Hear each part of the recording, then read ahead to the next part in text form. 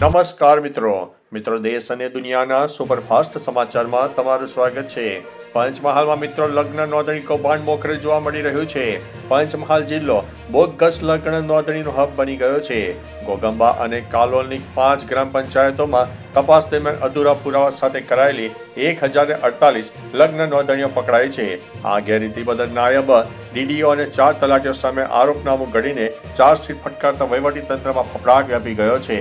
શહેરા અને કાલોલ તાલુકાના અનેક ગામોમાં વર્ષોથી ચાલતા આ વ્યવસ્થિત કૌભાંડનો પર્દાફાશ થયો છે। અન્ય મહત્વના સમાચારની વાત કરીએ તો અમદાવાદમાં વધુ એક બ્રિજ તોડી પડાશે।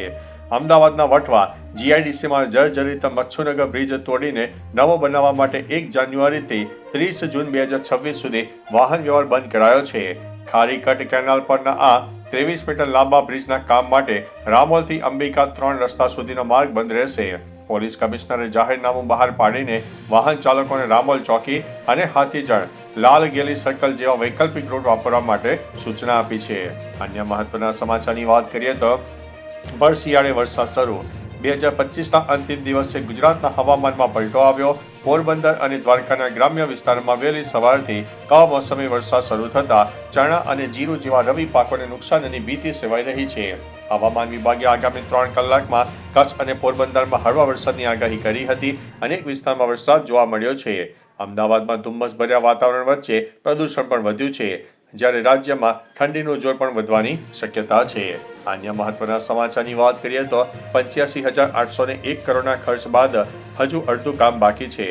Mumbai Ahmedabad bullet train project પર અત્યાર સુધીમાં તોતિંગ ખર્ચો થયો હોવા છતાં કામ હજુ અધૂરું છે।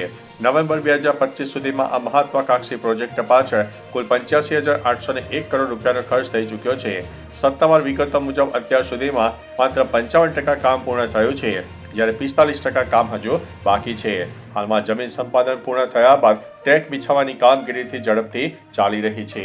અન્ય મહત્વના સમાચારની વાત કરીએ તો ધોરાજી અને પડગરીમાં વરસાદ।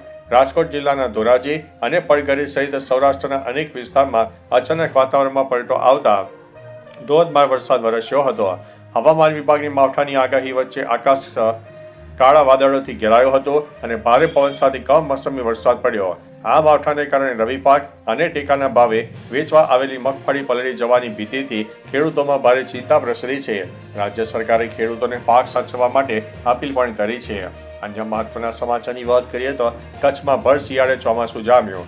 કચ્છ જિલ્લાના વાતાવરણમાં અચાનક પલટો આવતા સરહદી વિસ્તારમાં ભર શિયાળે માવઠું થયું છે। ચોબારી, વાગડ, બેણપ અને સુઈ ગામ સહિત ઢોરો અને લુડબાઈ ગામોમાં વરસાદી ઝાપટા પડ્યા હતા।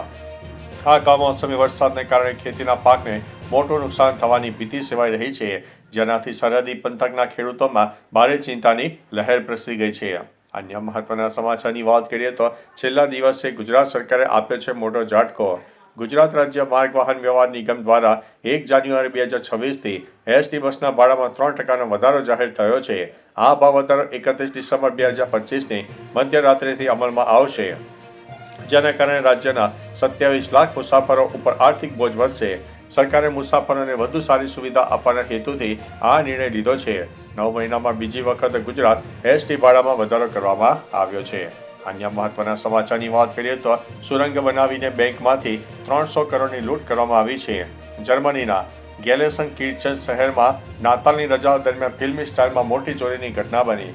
તસ્કરોએ હાઈ સિક્યુરિટી બેંકના અંડરગ્રાઉન્ડ લોકર રૂમમાં પહોંચવા માટે ડ્રીલ મશીનથી લાંબી સુરંગ બનાવી હતી। ચોરોએ અંદાજિત 3000 લોકર તોડીને રોકડ, સોનું અને કિંમતી સામાનની લૂંટ ચલાવી। હોલીવુડ ફિલ્મ જેવી સચોટ પ્લાનિંગ સાથે થયેલી આ હાઈ પ્રોફાઇલ ચોરીની તપાસમાં હાલ સ્થાનિક પોલીસ અને સુરક્ષા એજન્સીઓ જોડાયેલી છે। અન્ય મહત્વના સમાચારની વાત કરીએ તો એક સાથે 2 પ્રલય મિસાઇલ સફળ। સંરક્ષણ સંશોધન અને વિકાસ સંસ્થા દ્વારા ઓડિશાના ચાંદીપુર ખાતે આવેલા ઇન્ટિગ્રેટેડ ટેસ્ટ રેન્જથી એક જ લોન્ચર દ્વારા 2 પ્રલય મિસાઇલનું સફળતાપૂર્વક લોન્ચિંગ કરવામાં આવ્યું છે। આ પરીક્ષણ યુઝર્સ ઇવેલ્યુએશન ટ્રાયલનો ભાગ હતું, જેમાં બંને મિસાઇલે નક્કી કરેલા તમામ લક્ષ્યો પૂરા કર્યા છે। ટેલિમેટ્રી સિસ્ટમ અને ટ્રેકિંગ સેન્સર દ્વારા મિસાઇલોની ચોકસાઈથી પુષ્ટિ કરાઈ છે, જે ભારતની સંરક્ષણ શક્તિમાં વધારો કરશે। અન્ય મહત્વના સમાચારની વાત કરીએ તો કાશ્મીરમાં પ્રવાસીઓ માટે નવા વર્ષની ભેટ। કાશ્મીરના પર્વતીય વિસ્તારોમાં થયેલી ભારે બરફવર્ષાને કારણે સોનમર્ગ અને ગુલમર્ગ જેવા પ્રવાસન સ્થળો બરફની ચાદરોથી ઢંકાઈ ગયા છે. નવા વર્ષની ઉજવણી માટે ત્યાં પહોંચેલા પ્રવાસીઓમાં આ કુદરતી નજારો જોઈને ભારે ઉત્સાહ અને ખુશીનો માહોલ જોવા મળી રહ્યો છે. પ્રકૃતિના આ સુંદર દ્રશ્યોએ પર્યટકોની મજા બમણી કરી દીધી છે અને સ્થાનિક પ્રવાસન ક્ષેત્રે પણ તેજી જોવા મળી રહી છે. અન્ય મહત્વના સમાચારની વાત કરીએ તો રાજ્યના ઇન્ચાર્જ ડીજીપી બન્યા છે રાવ. ગુજરાતના પોલીસ વડા વિકાસ સહાયે વય મર્યાદાને કારણે નિવૃત્ત થયા. રાજ્ય સરકારે ડોક્ટર KLN રાવની ઇન્ચાર્જ ડીજીપી તરીકે નિમણૂક કરી. CID ક્રાઇમના વડા તરીકે કાર્યરત રાવ હવે રાજ્યની સુરક્ષા વ્યવસ્થા સંભાળશે. સરકાર ટૂંક સમયમાં નવા કાયમી પોલીસ વડા માટે નામોની પેનલ તૈયાર કરીને કેન્દ્ર સરકારને મોકલશે. ત્યારબાદ આખરી નામની જાહેરાત કરવામાં આવશે. તો ચાલો મિત્રો, ફરીથી દેશ અને દુનિયાના સુપરફાસ્ટ સમાચાર લઈને મળતા રહીશો. ત્યાં સુધી અમને રજા આપશો. નમસ્તે.